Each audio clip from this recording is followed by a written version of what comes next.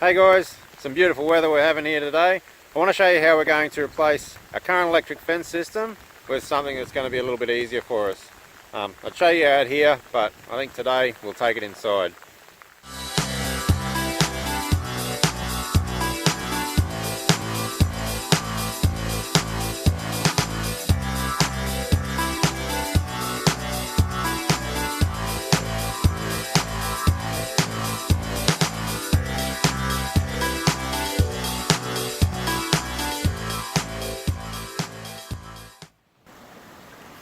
Been having a couple of beautiful rainy days here at Duck Ponds. It's just what the place needs. January was a pretty dry month. So this is just what we need to recharge the grass, fill our tanks up, and set us up for the winter months. So I thought I'd take the time to just give you a bit of an overview of some of the fencing that we want to put in to rotate our sheep and possibly bring some other animals onto the farm. Basically we've got this area over here. It's probably 3 or 4 acres. This is our access road here, and we've got our driveway down to the house and our shed. We've got 3 or 4 acres, I suppose, over here that we have been using to rotate the sheep around. What we have been doing so far is just building squares with steel posts, and it's been working really well. But to move the sheep each time, we have to put in 3 more steel posts. Pack up the wires from the old paddock, I suppose you'd say, and run that and sort of leapfrog the paddocks over each other, move their water container. It takes probably over an hour to move them every time we want to move them, which we feel is a little bit too much.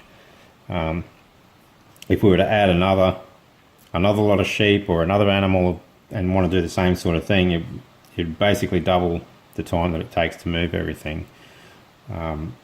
And we really don't have the time to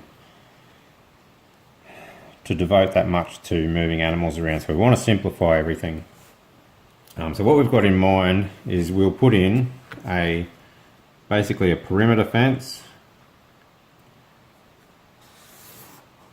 in electric. There'll be timber corner posts and steel posts in between with insulators. It's a bit of an odd shaped area because we've got a gully that runs through here, and I don't really want to put fencing in the gully as such. When we do get heavy rain, we get a bit of water flowing through there, so we'll try and keep out of that area if we can, and we can still set up temporary paddocks if we wish. So basically we will have a perimeter fence. There'll be a gateway here. This will be our access when it's wet. And it'll stay open on this end. We've got another acre or so of really fertile creek flats down here in front of the house. We don't want to put any sort of permanent fencing down in here. This is our main view from the veranda, and we wouldn't really want fencing in the road of that. We sort of like it as it is. We still use it to take the sheep around. We'll just have to put up with the current system that we use while they're down in this area. But once this is set up, we'll basically just have to run the poly wires across and another lot up here, and the sheep will stay in that area until we're ready to move them on. And then all we really have to do is run another lot there, drop that fence, they'll walk straight in, put it up behind them, and you're done. So they'll just sort of rotate around this way, and we'll continue to make paddocks all the way up. And then they'll just come around the top and then start coming back down the other side. When we first got the sheep, it took about 6 months for the 4 sheep that we had to cover that whole area. And it was a fairly dry spell. We'd had probably 5 months with no rain. So in a normal season, it'd probably take longer than 6 months to go around that area. So we may even just choose to, by the time they get to the bottom, it's quite all right for them to begin the rotation again. So if we don't feel like taking them over this area here, we can just keep them going around in a circle.